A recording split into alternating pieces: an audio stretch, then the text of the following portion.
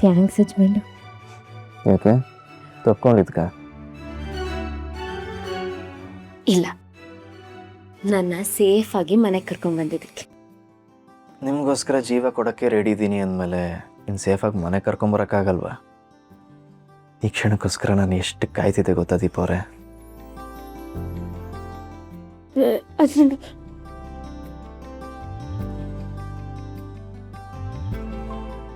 ಬೇಜಾರು ಮಾಡ್ಕೋಬೇಡಿ ಹಸ್ಬೆಂಡು. ನೀವೀಗ ನಂಗೆ ಮುತ್ತು ಕೊಟ್ರೆ ನನ್ನ ಮೇಕಪ್ ಎಲ್ಲ ಹಾಳಾಗೋಗುತ್ತೆ. ಒಂದು ಕೆಲಸ ಮಾಡಿ, ನೀವೇ ಮುತ್ತು ಕೊಟ್ಬಿಡಿ. ನಾನಾ? ಎಷ್ಟು ದಿನ ಆಗಿತ್ತು ನೀವು ದೂರ ಮಾಡಿಕೊಂಡು. ಈ ಹಳೆಯ ಸಿನಿಮಾಗಳಲ್ಲಿ ಹೀರೋ ಹೀರೋಯಿನ್ನು ದೂರ ಆಗಿಬಿಟ್ಟು ಕೊನೆಯಲ್ಲಿ ಒಂದಾಗ್ತಾರಲ್ಲ, ಹಂಗಾಯ್ತು ನಮ್ಮ ಸಿಚುವೇಶನ್. ಆವಾಗ ಬರೀ ತಪ್ಕೊಳ್ಳೋದಿತ್ತು, ಆಮೇಲೆ ಮುತ್ತಿಗೆ ಬಂದು ನಿಲ್ತು. ಈಗ ಎಲ್ಲದನ್ನು ಕ್ರಾಸ್ ಮಾಡ್ತಿದ್ದಾರೆ. ಅಲ್ಲ, ನಾನು ಆ ರೇಂಜ್ಗೆಲ್ಲ ಡಿಮ್ಯಾಂಡ್ ಮಾಡ್ತಿಲ್ಲ, ಜಸ್ಟ್ ಒಂದು ಸ್ವೀಟ್ ಕಿಸ್ ಕೊಟ್ಟರೆ ಸಾಕು.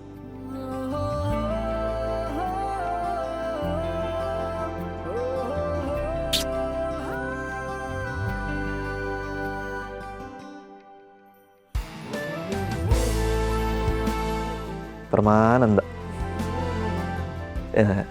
ನನಗೆ ಯಾಕೆ ಕೊಟ್ರಿ?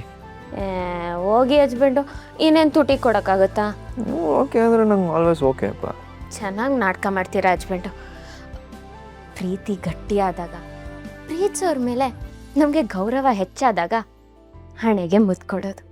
ಓಹೋ, ಇದಾ ಲಾಜಿಕ್ಕು? ಗೊತ್ತಿರಲಿಲ್ಲ ನನಗಿದು. ನಿಮ್ಮ ಬಾಯಿಂದ ಪ್ರೀತಿಯಿಂದ ಹಸ್ಬೆಂಡು ಅಂತ ಕರ್ಸ್ಕೊಳ್ದೆ ಎಷ್ಟು ಒದ್ದಾಡ್ತಿದ್ದೆ ಗೊತ್ತಾ?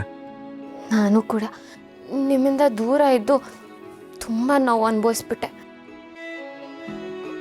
ಆದರೆ ಏನು ಮಾಡೋದು, ಪರಿಸ್ಥಿತಿ ಆಗಿತ್ತಲ್ವಾ. ಎಲ್ಲದಕ್ಕೂ ಅಂತ ಹೇಳೋ ಕಾಲ ಬರ್ತಾ ಇದೆ. ಈ ಟೈಮಲ್ಲಿ ಅಣ್ಣ ಬದುಕಿದ್ದಿದ್ರೆ ಎಷ್ಟು ಚೆನ್ನಾಗಿರ್ತಾ ಇತ್ತು. ಹಸ್ಬೆಂಡು, ಭಾವ ಬದುಕಿಲ್ಲ ಅಂತ ಯಾರು ಹೇಳಿದ್ ನಿಮಗೆ? ಪೋಸ್ಟ್ ಮಾರ್ಟಮ್ ಮಾಡಿರೋ ಅವ್ನ ಬಾಡಿ ನಾನೇ ನೋಡಿದ್ದೀನಿ. ಅದು ಭಾವಂದಲ್ಲ, ಬೇರೆ ಯಾರ್ದೋ ನೋಡಿರೋದು ನೀವು.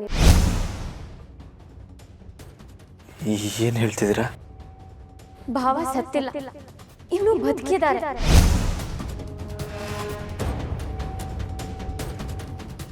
ಏನು? ಅಣ್ಣ ಬದುಕಿದಾನ? ಎಲ್ಲಿದ್ದಾನೆ? ಅದೇ ಗೊತ್ತಾಗ್ತಿಲ್ಲ ಹಸ್ಬೆಂಡು.